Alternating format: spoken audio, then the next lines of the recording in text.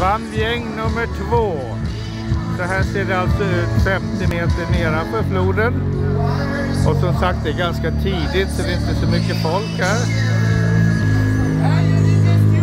Här har vi några hurtbullar som ska hoppa med ringarna.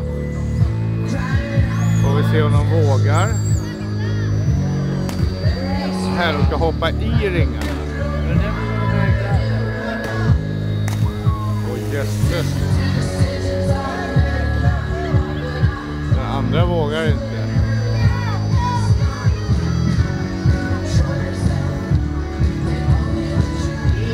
Hoppa, fegis.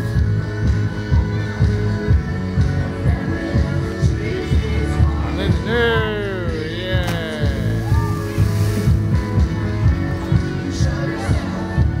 Och här kommer de flytande. Och där i bakgrunden är ju det där starten liksom. Som första filmen var i.